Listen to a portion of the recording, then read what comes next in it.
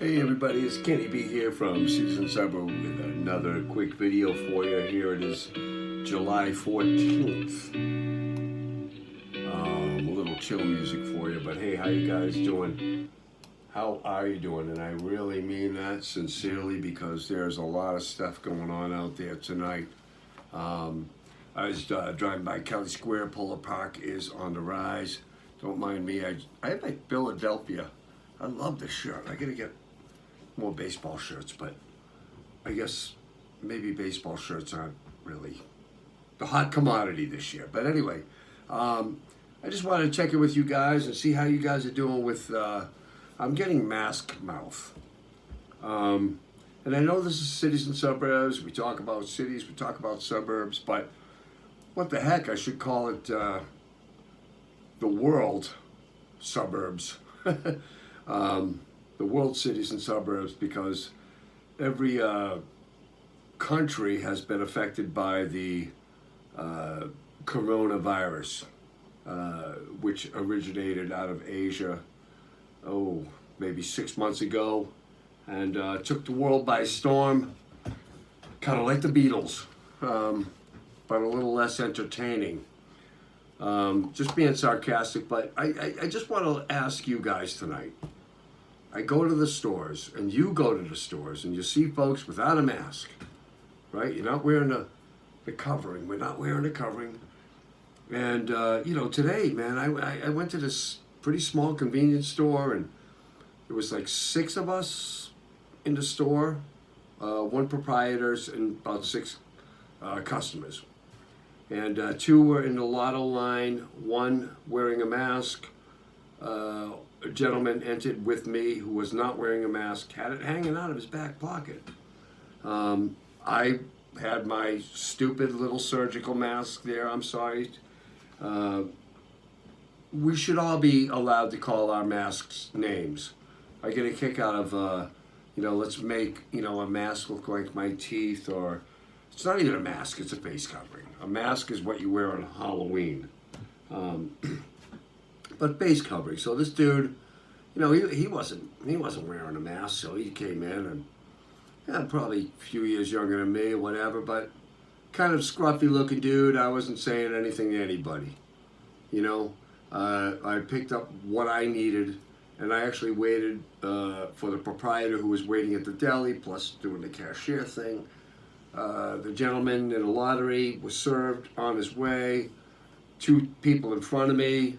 1 dude bought a popsicle and started eating it in the store right in front of me and was dripping on his chest. And, so when it was my turn, and I was in there for about 10 minutes, I said to the proprietor, who I know very well, we don't send each other Christmas cards, but I've been shopping there for 20 years. And I said to him, I asked him, I said, why did you wait on this individual in the lottery came in without a mask? Everybody in the store was wearing a mask or face covering. And this guy just stood there in line like, almost like, tell me I'm not wearing my face covering, challenge me a little bit. This dude, the other guy that bought the popsicle, was eating it. So I challenged the proprietor. I said, you can't leave this up to us. You can't leave this up to us. If you're asking me to wear a mask into the store and there's a sign that says all patrons must wear a mask, but if you're not wearing a mask, in parentheses, I'm not going to enforce it. It's okay. I don't want any trouble. I'll leave it up to the customers so they can fight and bitch amongst each other, right? And then the proprietor just throws them both out. I'm not saying that's what happens. Where is the policing in all this? Where is the responsibility? So the responsibility is we wear face covering, okay? I'm at home right now. I'm not wearing a face covering, thank God.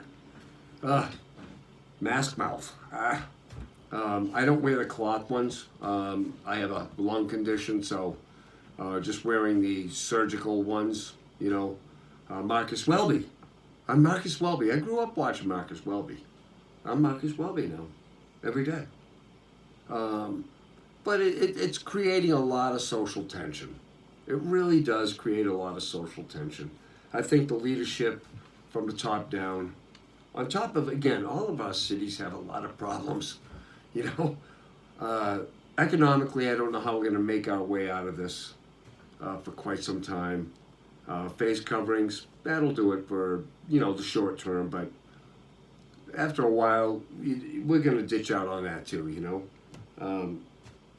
there has to be something else. But we do have to remember that, and keep in mind that there's still regular civil and civic things going on. There's still regular homicides, burglary, crime, maybe more so now because people seem more vulnerable. But, maybe we're more paranoid of each other too. People are like, whoa, stay away from me, even though you have a mask. But there's still the things going on. In Worcester, there's still, been some stabbings, in Boston, the shootings, and, so those things are still going on. They are not going away. No virus will take them away at all. But, and I did want to say too, I was reading in the Epoch Times tonight, which I do subscribe to, as much as I do subscribe to the Telegram and Gazette. Man, oh man, Telegram and Gazette in Worcester, $3 a day, $4.50 for the Sunday Telegram. Woo! Going to be having a going out of business sale pretty soon, I'm sure. But this Michigan State Trooper, female, had to, unfortunately, was involved in a shooting with a criminal who stabbed a 77-year-old man at a convenience store, if you will, in Michigan. 77-year-old man said to the 44-year-old man, "Where's your mask? What's going on?" I don't know the context of that. I don't know how rough it got, but the 44-year-old man pulled out a knife and stabbed the 77-year-old man, who will recover. The 44-year-old man took off. State police were notified. A state sheriff, I don't know how they do it. They call them townships in Michigan. We're in Massachusetts, so everything when you get out there is townships and other than counties, I guess. Townships within counties. State trooper, a female state trooper, pulled him over, came out of the car. She told him to drop the weapon. He challenged her and said, "Drop your weapon, drop my weapon, drop my weapon." And he came after her. You could see this on the news in Michigan tonight. And she fired several shots. And actually, after she disabled him, not after she killed him, but after she disabled him, after the officer disabled him, she asked him to roll on his stomach. He was not rolling on his stomach. She must have fired at least, the trooper must have fired at least, half a dozen shots. And a couple of them, finally, succumbed the assailant. But he came right after the trooper with a knife, and and that's where we're at. We're wearing masks. So please, store owners, and too, the store owners in some of the cities, it's not like going into Stop and Shop or Shaw's where they have these nice posted, maybe not, but at least they're done on a computer. I've seen some of these inner city package stores, patrons must wear masks, and they had a big white piece of paper sprayed on with blue spray paint. Come on.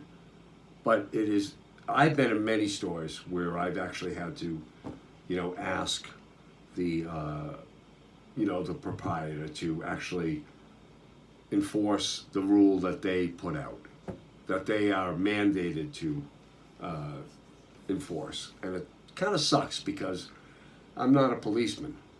I'm not a moral policeman. I'm not a policeman on your character. I do believe people should do the goddamn right thing, pardon my French. I am French, so I can say that. If that's okay in America these days to be French and say pardon my French, even though it wasn't French. You know. Anyway, so guys, I'm going to ditch out, but I'm just going to post this real quick. And post your comments below. Like the channel, don't like the channel.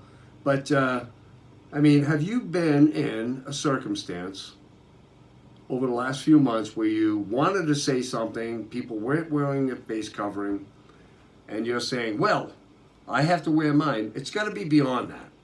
I mean, it's got to be on, well, I have to wear it, so you have to wear it. That's argumentative. Maybe you say to someone who's not wearing a mask, and you're wearing one, say, I'm glad I'm able to help you out by me wearing a mask because I may have the COVID virus. And just move on your way. I'm not saying that's the ultimate way to say it, but it's a way to say it. I'm wearing my mask for you. Thanks a lot, man. Have a great day. You know, wearing this for you, man. Take care. You know, I mean, that's the road I'm taking. But, you know, this virus, I mean, we're looking at Florida, Texas, Arizona, California. All right? You're not going back to school this fall. It's spiking everywhere. So it's getting this guy a little nervous and a lot of other folks that I work with a little nervous. And it is nice to be home in my bubble. I was saying to someone I work with, you know, I spend more time with you guys than I do my wife. I think my wife should be taking my temperature when I come home from work. What do you guys think of that, huh? I'm totally into that, man. But I'm good tonight. Baseball's coming back on the 23rd. Not the way you know it, but something to enjoy. Anyway, you guys, take care. Kenny B here, signing out from Cities and Suburbs. Have a great one.